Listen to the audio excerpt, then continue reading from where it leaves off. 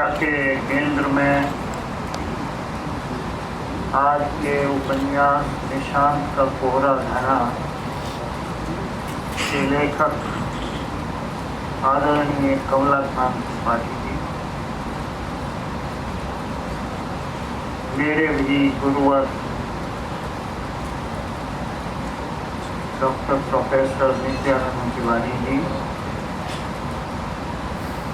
जोशी जी, मंच पर उपस्थित सभी आदरणीय सज्जनों और सभा में उपस्थित सभी सम्माननीय श्रोता,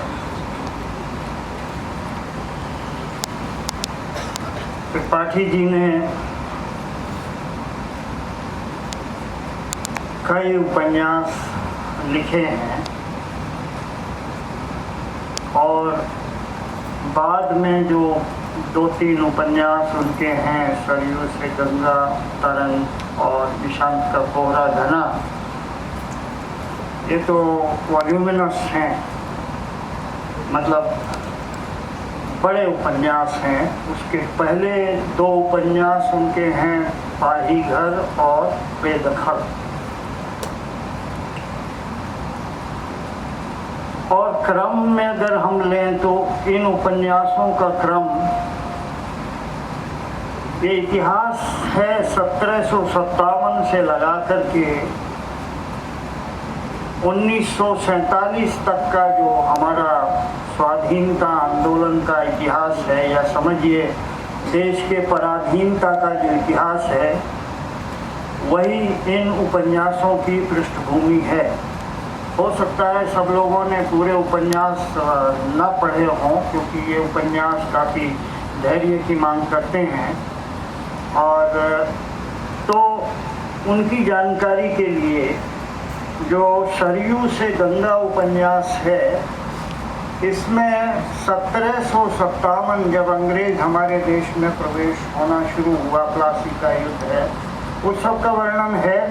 और वहाँ से लगा कर के जब वो काफ़ी इलाकों पर उन्होंने अपना प्रभुत्व स्थापित कर लिया और यहाँ के जो बादशाहत है उसको पराजित करना शुरू किया, जिसका उदाहरण उन्होंने उपन्यास में दिया भी है। 40,000 की सेना को 7,000 अंग्रेज़ों की सेना ने पराजित कर दिया मैदान में।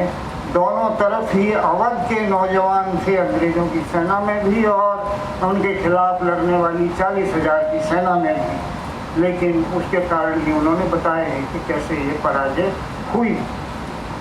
तो ये पहला एक तरह का पहली पृष्ठभूमि का उपन्यास है, हालांकि ये लिखा उन्होंने बाद में। इसके बाद पाही घर जो है, ये 1857 की पृष्ठभूमि पर लिखा हुआ उपन्यास है। उसके बाद बेदखल है, उसके बाद तरंग है। तरंग जो है ये लगभग 1934 से लगा करके 1942 का जो राजनीतिक पृष्ठभूमि है आंदोलन की, स्वाधीनता आंदोलन की, उसके बारे में है। और उसी के का दूसरा खंड कहिए जिस पर आज हम लोग चर्चा कर रहे हैं, निशांत का कोहरा घना, 1942 से लगा करके आज़ादी के समय तक का जो पीरियड है, 1947 तक ही मान लीजिए उसको, उसके बारे में ये उपन्यास लिखा गया है। पहली बात तो ये उपन्यासों के बारे में ये है। इन उपन्यासों में लगभग हर उपन्यास में प्रमुख रूप से दर्जन भर पात्र हैं। दर्जन भर पात्र जो हैं ये ऐतिहासिक नहीं है, ऐतिहासिक पृष्ठभूमि के उपन्यास हैं, लेकिन जो इसके प्रमुख पात्र हैं इन उपन्यासों के, वो ऐतिहासिक नहीं हैं। ये एक विशेष बात इन उपन्यासों में देखने को मिलती है। जो ऐतिहासिक पात्र हैं, चरित्र हैं, जो स्वाधीनता आंदोलन में रत चरित्र हैं, वो सारे के सारे चरित्र पृष्ठभूमि में आते हैं। उनकी जो पूरी की पूरी कहानी है या घटनाएं हैं वो सब पृष्ठभूमि में हैं। जो जीवंत रूप में कहानी चल रही है वो उन चरित्रों की है जो अनाम पात्र हैं, इतिहास में जिनका उतना बड़ा नाम नहीं है। तो एक बात तो इन उपन्यासों के बारे में ये ध्यान में रखने की है कि इसमें उन्होंने ऐसे चरित्रों को नायकत्व की भूमिका में ला करके खड़ा किया है।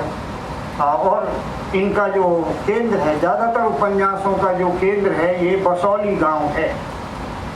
बसौली गांव शायद उनका अपना ही गांव है, तो ये उसके केंद्र में है। और ये सारे के सारे जो अधिकांश जो चरित्र हैं ये क्रांतिकारी हैं। जो अनाम चरित्र हैं उपन्यासों के नायकत्व की भूमिका में, वो अधिकांश में सरयू से गंगा से भी जो क्रम शुरू होता है वहाँ ऐसा लगता है कि वो विचारधारा से क्रांतिकारी पात्र नहीं है, लेकिन जो घटनाएं हैं, जो उनके कर्म क्षेत्र है और जो कार्रवाइयाँ वो करते हैं, किस तरह से पूरी की पूरी जमीन को जमींदारों से और ताल्लुकेदारों से और इनके शोषण से मुक्त करा करके एक मुक्ति क्षेत्र में बदल करके एक स्वायत्त शासन की स्थापना वहाँ करते हैं और नए किस्म से वहाँ का प्रशासन, नए किस्म की खेती और नए किस्म की तमाम चीज़ें शुरू करते हैं। तो ऐसा लगता है कि वो जो बाद की जो क्रांतिकारी विचारधारा है आज़ादी के आंदोलन की, जिसमें भगत सिंह हैं और दूसरे लोग हैं, चंद्रशेखर आज़ाद हैं और तमाम हैं, ऐसा लगता है कि वो लोग इस तरह के क्रांतिकारी नहीं हैं। लेकिन उनके कर्म पर अगर आप ध्यान देंगे तो उस उपन्यास में भी वो वही सब काम कर रहे होते हैं जो बाद के क्रांतिकारी विचारधारा के चरित्रों ने किया है। तो ये एक पृष्ठभूमि के रूप में मैंने आपको कुछ जानकारी इनकी दी। इसके विस्तार की, इन घटनाओं को विस्तार में जाने की ज़रूरत नहीं है। जो भी भारतीय स्वाधीनता संग्राम के इतिहास में रुचि रखते हैं, उसको जानते हैं, वो इन उपन्यासों की जो कथा वस्तु है उसको जान लें। वही घटनाएं हैं, वही कथा वस्तु है, वही गांधी इरविन समझौता है, वही सांप्रदायिक को जिन्ना और गांधी का जो आपस में ये मनमुटाव है और ये तमाम चीज़ें हैं, वही सांप्रदायिक राजनीति है, वही अम्बेडकर की राजनीति है और तमाम चीज़ें हैं, वही क्रांतिकारियों की राजनीति है और क्रांतिकारियों के कार्रवाइयाँ हैं। तो इसके विस्तार में बहुत ज़्यादा जाने की ज़रूरत नहीं है कि मैं आपको इस उपन्यास की घटनाओं को एक एक क्रम से बताऊं। मैं कुछ और चीज़ों की चर्चा यहाँ करना चाहूँगा उपन्यास को लेकर। पहली जो समस्याग्रस्त चीज़ें हैं इस उपन्यास को लेकर के, या मन में कुछ प्रश्न उठते हैं इस उपन्यास को देखने के लिए, उनकी चर्चा मैं करना चाहूँगा। पहली चीज़ तो ये है, ये हमारा जो ज़माना है ये विशेषज्ञीकरण का ज़माना है। आज वो स्थिति नहीं है कि कोई आदमी किताब लिख रहा है और उस किताब में ज्ञान का पूरा भंडार है, उस ज्ञान में कोई विशेषज्ञीकरण या कोई विशेषता जैसी चीज़ नहीं है, उसमें सब कुछ समाया हुआ है। तो ये ज़माना हमारा वो ज़माना तो है नहीं। जब हम किसी चीज़ को उपन्यास के रूप में परिभाषित करते हैं तो सहज प्रश्न मन में होता है कि उपन्यास है तो किस तरह का उपन्यास? उपन्यास के बहुत सारे हम लोगों ने वर्गीकरण कर लिए। ये सामाजिक उपन्यास है, ये राजनीतिक उपन्यास है, ये ऐतिहासिक उपन्यास है, ये मनोवैज्ञानिक उपन्यास है, या ये मध्य वर्ग पर केंद्रित उपन्यास है, सर्वहारा या किसान पर केंद्रित उपन्यास है, शहर पर केंद्रित है कि गांव पर केंद्रित है, या आजकल के ज़माने में विचारधारा से भी उपन्यास लिखे जाते हैं। किस विचारधारा से प्रेरित उपन्यास है? आजकल अस्मिताओं से प्रेरित होकर के भी उपन्यास लिखे जाते हैं। कौन सी अस्मिता को दर्शाने के लिए, चित्रण के लिए ये उपन्यास लिखा गया? अस्मिताओं में नारीवादी अस्मिता है, दलित अस्मिता है, आदिवासी अस्मिताएं हैं और ढेर सारी तमाम नई अस्मिताएं जो रोज़मर्रा पैदा हो रही हैं। मैंने जिक्र किया था कि केवल ये 3 बड़ी अस्मिताएं ही आज नहीं हैं अस्मिता के नाम पर। आज तो समलैंगिकता भी एक अस्मिता है। आज तो तीसरा जेंडर भी जो है एक अस्मिता है। आज तो जो विकलांग लोग हैं वो भी एक अस्मिता अपने आप को मानते हैं और कहते हैं कि हिंदी साहित्य ने हमारे साथ जो है अन्याय किया है। और मैं इस चीज़ का जिक्र पिछले दिनों बार बार करता हूँ कि राग दरबारी जैसे उपन्यास को, जिसको यथार्थवादी उपन्यास माना जाता है, उसके ऊपर उन लोगों ने इतनी भयंकर नाराजगी जाहिर की है कि ये उपन्यास विकलांगों को देखने की दृष्टि से विकलांग है।